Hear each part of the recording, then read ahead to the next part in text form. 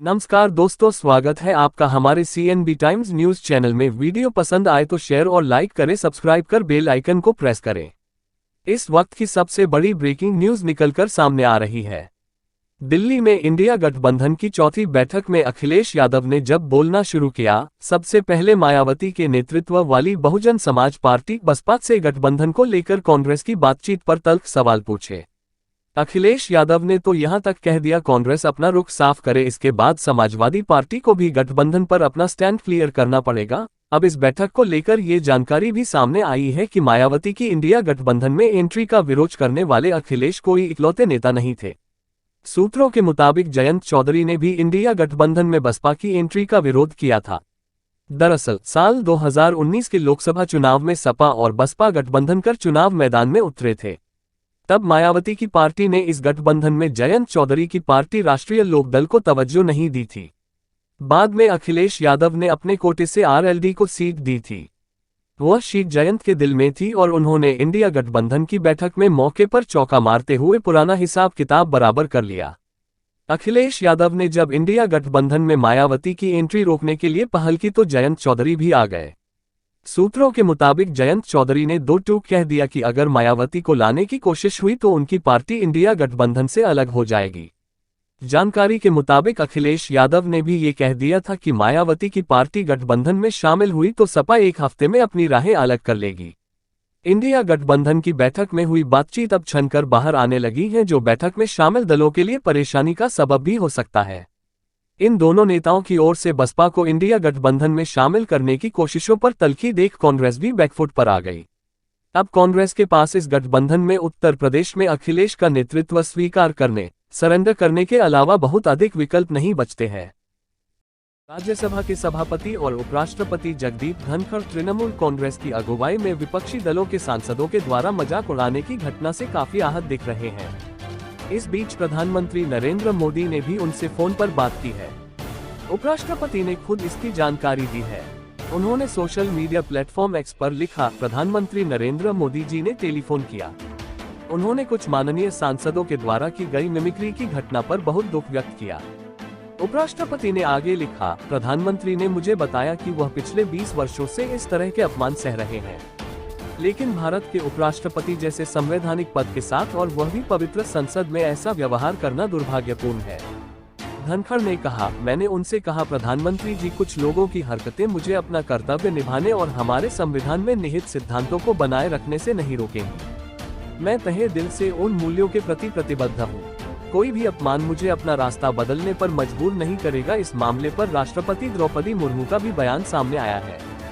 उन्होंने ट्वीट कर कहा, जिस तरह से हमारे सम्मानित उपराष्ट्रपति को संसद परिसर में अपमानित किया गया, उसे देखकर मुझे निराशा हुई।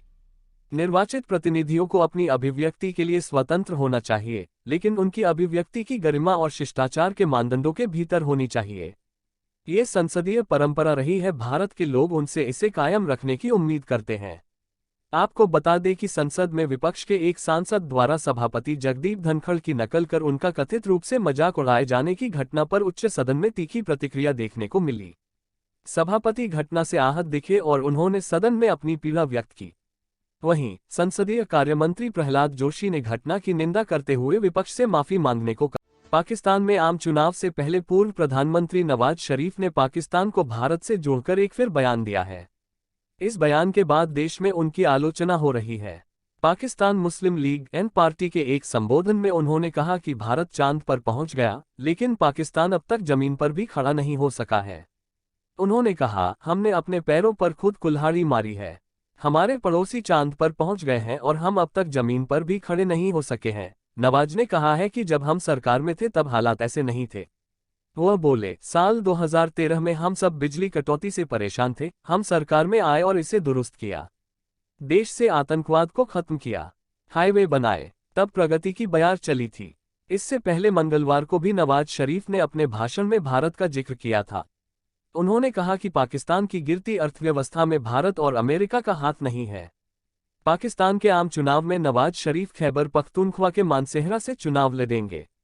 पाकिस्तान मुस्लिम लीग N पार्टी ने उन्हें प्रधानमंत्री का उम्मीदवार बनाया है। वह 1993, 1999 और 2017 के चुनावों में जीत हासिल कर प्रधानमंत्री की कुर्सी संभाल चुके हैं। वह 2019 से स्वास्थ्य वजहों का हवाला देकर लंदन में रह रहे थे। इसी साल अक्टूबर में पाकिस्तान लौटे हैं। उन पर भ्रष्टाचार का आरोप लगा था और इस पहलवान साक्षी मलिक ने कुश्ती से संन्यास लेने की घोषणा की है। साक्षी मलिक के इस फैसले तहलका मच गया है। प्रेस कॉन्फ्रेंस को दोटान कुश्ती छोड़ने का फैसला किया। उन्होंने देशवासियों के समर्थन और प्यार के लिए धन्यवाद दिया।